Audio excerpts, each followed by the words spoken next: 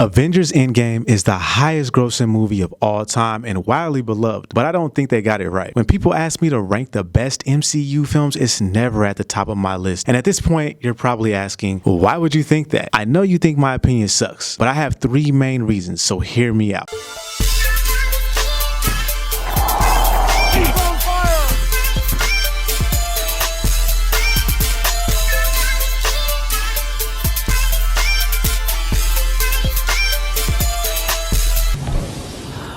Hi, I'm McKinley, and I know you love you some Endgame. I mean, what's not to love? You have quotable dialogue, great moments, memorable action, and the return of a great villain. Now, for all of those reasons, I know you think my opinion sucks, but I have three main reasons as to why I know I'm right. Just hear me out. Reason number one, Infinity War was fantastic. There really wasn't much bad to say about that movie at all. The Russos actually outdid themselves, and that's hard to do for a second time. Actually, it'd be a third time because Winter Soldier was great also. Reason number two, time travel.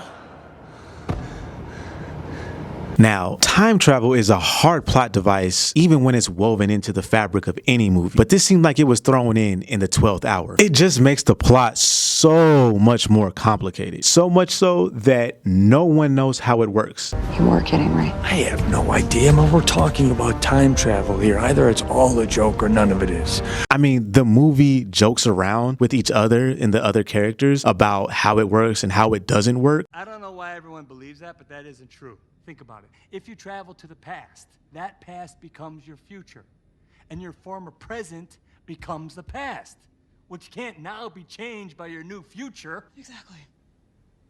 So Back to the Future is a bunch of bullshit?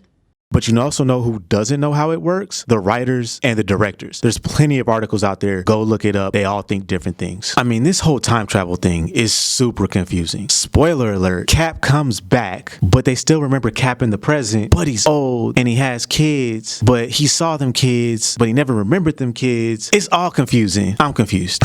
Reason number three. Now, we all love strong moments, especially when the ladies are involved. But this movie decided to stuff all the single ladies into the shot to save the universe. Don't worry. She's got help.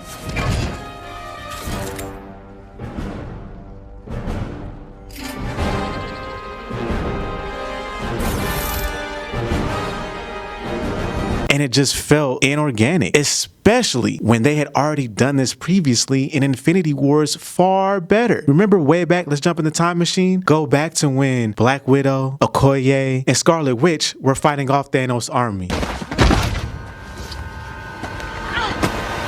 He'll die alone, as will you. She's not alone.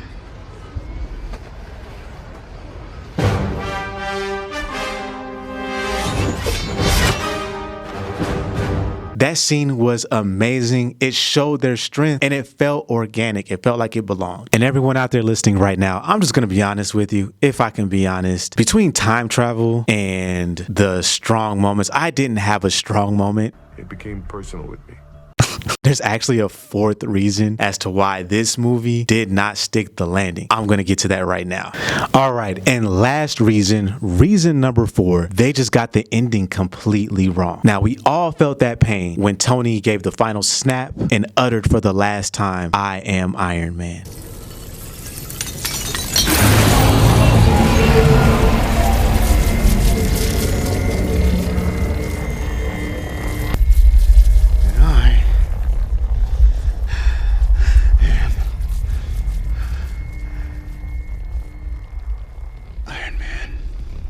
It was heartbreaking. Everyone in the movie theater cried. But I am sad to say, just as sad as I am to see Tony go, I'm sad to say they got it wrong. What did he say? Steve Rogers should have been the one to make the final play, to jump on the live grenade. It became personal with me.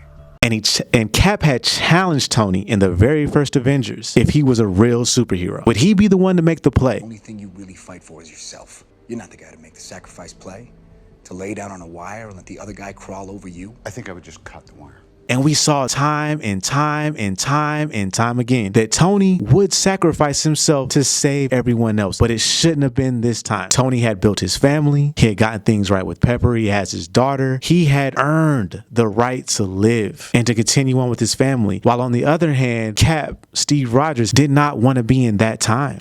Everyone he knew had passed. Everyone he knew was gone. The time he knew was gone. He did not want to be there. And this would have made the most honorable of sacrifices for one of the greatest heroes if Cap would have been able to actually make that snap and let everyone else live. But instead, we got the goofy, wacky timeline and all this crazy stuff. And it's crazy. They just didn't stick the landing here. I think that there's a couple of things, money maybe be at play, that outside factors, right, that made this happen this way. But narratively, they got it wrong. I'm sorry, but Endgame was good. They just didn't get to stick the landing with the narrative. Now, I know Endgame made $1 billion, all the money in the world, highest grossing film. And it's not to say that it is a terrible movie. Don't get me twisted. But I am saying they didn't quite stick the landing. And that's okay. Who am I? I'm just a guy who is telling you that it could have been a little bit better. I know you probably think my opinion sucks, but at least you heard me out. I'm McKinley with it, if I'm being honest. So if you don't think my opinion sucks, or if you do, there's some videos right over here that you can take a look at. And if you don't want to miss out on any new videos, make sure you subscribe down here below.